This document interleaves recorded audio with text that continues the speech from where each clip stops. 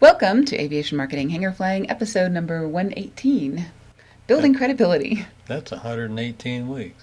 It's 118 episodes, right? Which is 118 weeks. Well, not every week. We actually skipped Christmas week, and we've done a couple of other things. So, okay. Yeah, pretty close. So that's a long time that we've been doing this. Mm-hmm. All right. So today we're talking about building credibility in why this is important in the aviation industry and why this is important in sales in the aviation industry, especially. In sales, no matter, but aviation even more so. Yep, and marketing as well. So why is credibility important? I'm sure you're going to tell us. Right.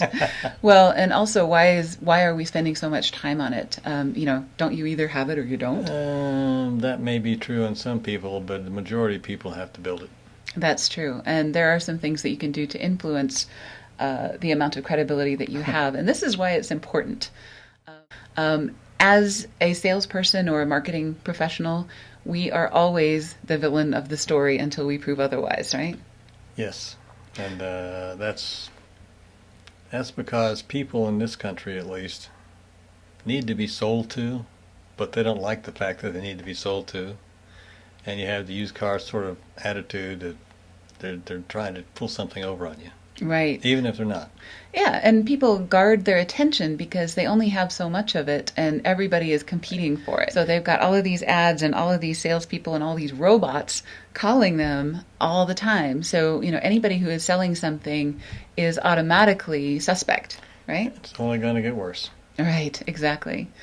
The good news is that, if you can master credibility and if you can learn some of the things that we're talking about today, you can get past that villain curve a lot faster. Exactly. Or even bypass it altogether Mm-hmm. by getting to be a known entity to your customers rather than, who are you and who are you with and what are you selling, Okay. So prospects have a lot going on in their head, right? Yes, they do. All the time. And we're prospects too, so we understand how that works. There's a million things going on in my mind on any given day. Everything from to-do lists to, worried about my kids, to worried about a number of things, to goals I'm trying to reach, to, does that donut I just ate have trans fat in it? And, just a million things going through your mind all the time. And if someone wants to break into that cycle, they have to have a certain amount of my trust in order to get any of my time or any of my attention, right? Mm-hmm. And this is online, offline, on paper. Something comes in the mail, something shows up in my Facebook feed, somebody calls me on the phone, or I go to a conference and somebody gets my attention. Any of those things happen, they're breaking through a bunch of stuff. And, anybody that you look at has a cloud of stuff around their head that you can't see, right? Stuff, huh? Yeah, exactly. Okay, so getting someone to reach into their wallet and hand you money is a personal thing, whether that's actually, or whether it's virtually, where they're putting their credit card into a website, or whether that is signing on the dotted line on a contract, whatever it is, people are very suspicious of that. But even worse than that, and everybody thinks, and most beginning salespeople think that it's about the money. It's not necessarily about the money. There's a lot of things that people fear worse than spending the money. So even if you're trying to get, we've actually had customers that have had difficulty giving away free trials of things. Mm-hmm. And they're thinking, how is it possible that I'm having trouble giving this away for free? Because they're always suspicious that you're going to sink the hook in and get something else later. Exactly. People are actually have bigger fears about their own time and their own frustration than they do about money. Especially in business-to-business sales, it's not their money, right? Right. But it is their job. Mm-hmm. And it is, am I going to end up spending 3 weeks trying to fix this once I screw everything up after I install your software, Or is my boss going to be hacked off that I did this and say, what were you thinking? Now we're stuck with this mess and so on. Those are the things that people are really afraid of. They may be worried about writing the check, they may be worried about the money, but I think most of the time they're more worried about these other things. Would you agree? Oh, yes. All right. So, the first job of any leader is to inspire trust. And anybody who's been listening to our podcast for any amount of time know that I used to work with Franklin Covey a million years ago, and I read every single one of Stephen Covey's books, most of them several times, and actually have been... A million years ago? A million years ago. Now, wait a minute. And we're supposed to be inspiring trust here. Well, okay, I am exaggerating. That's not a good thing. But I think everybody knows that it wasn't a million years ago. That's good. Just between us. Okay. Okay.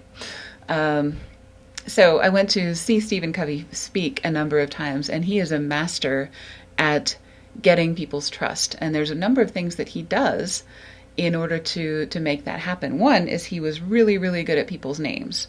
There were hundreds of employees, and often there would be hundreds of people in the audience for an event. He used to stand at the doorway, as people were walking in, and he'd shake people's hands and talk with them for a few minutes. And then he would remember their names and use things that he had learned about people in his presentation, mentioning people by name, making eye contact, all of those things. He was really a master at inspiring trust.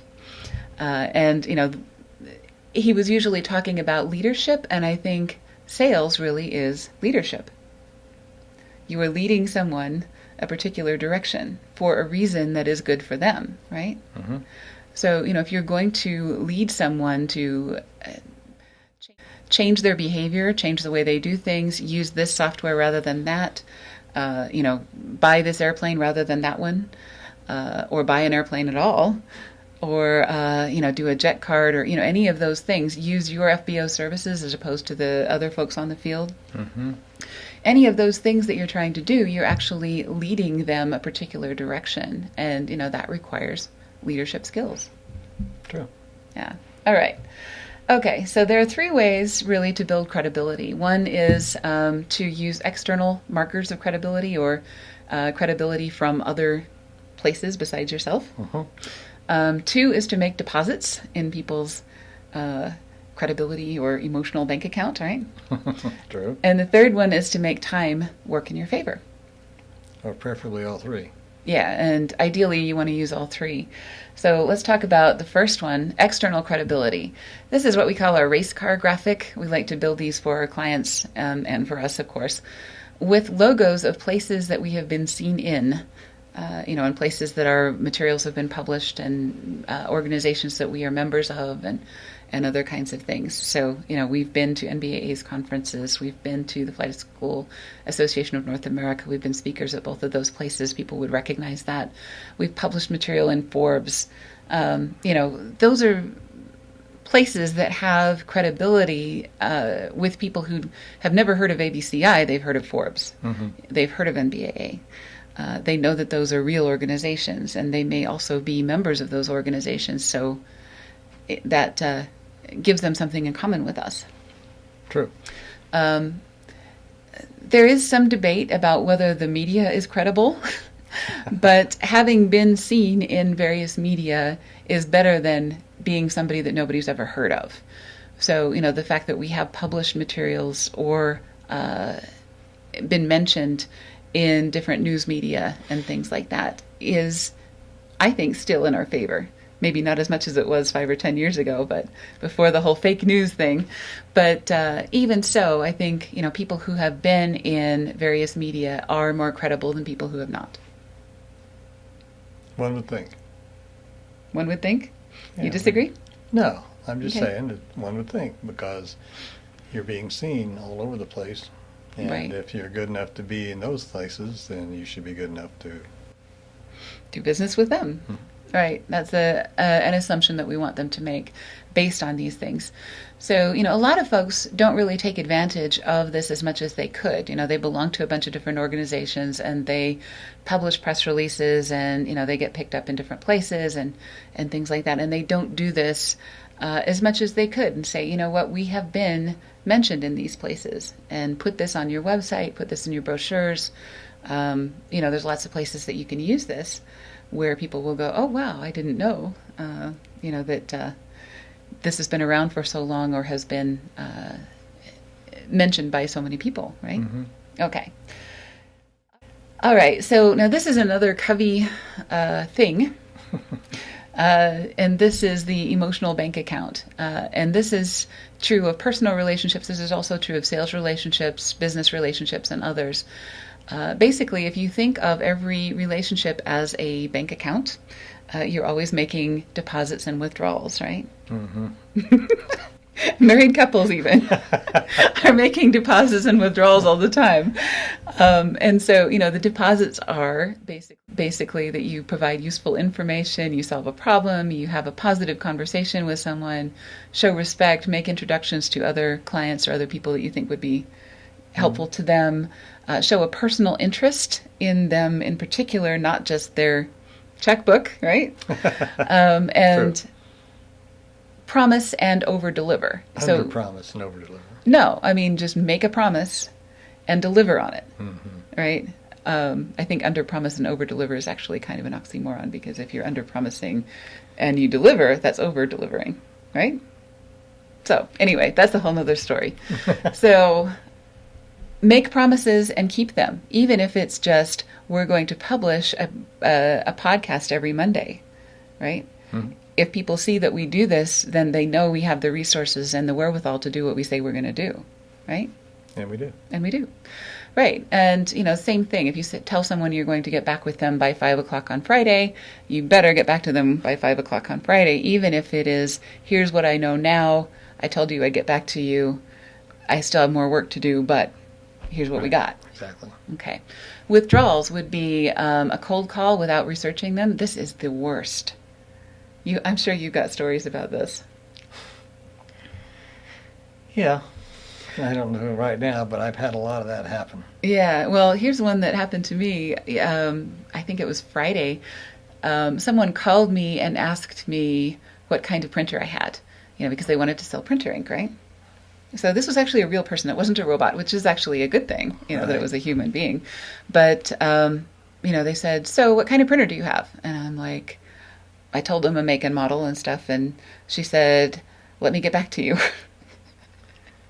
So she was unprepared. She was trying to sell me ink.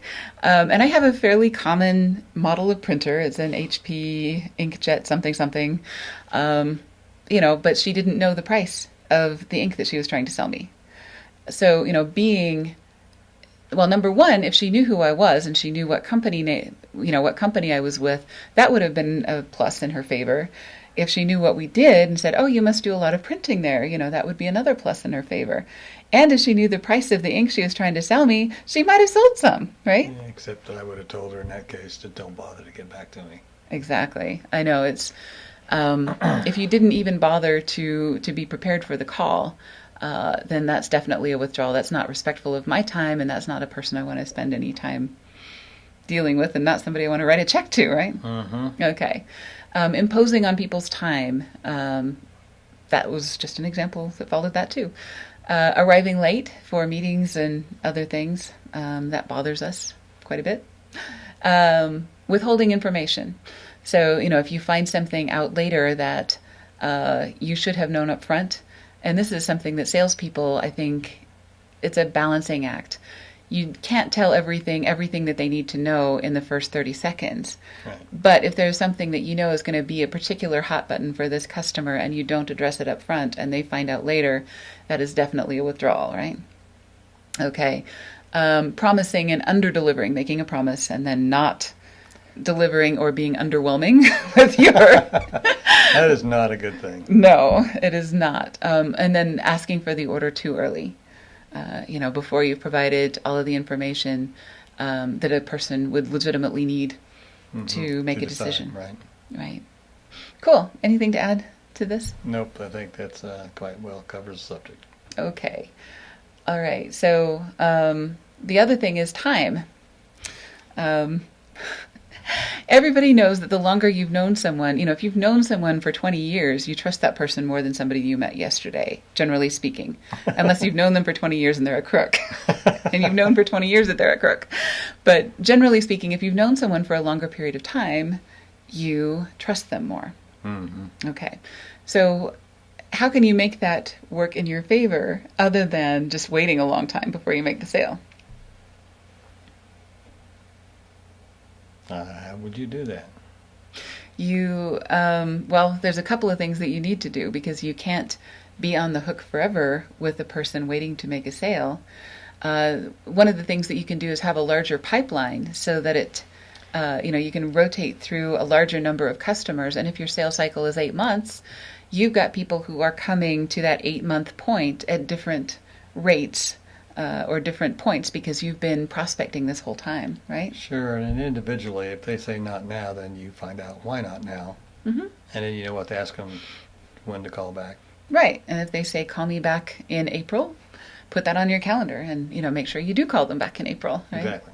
And there's a lot of folks in aviation that do that for a number of reasons, budgets, regulations, lots of things happen.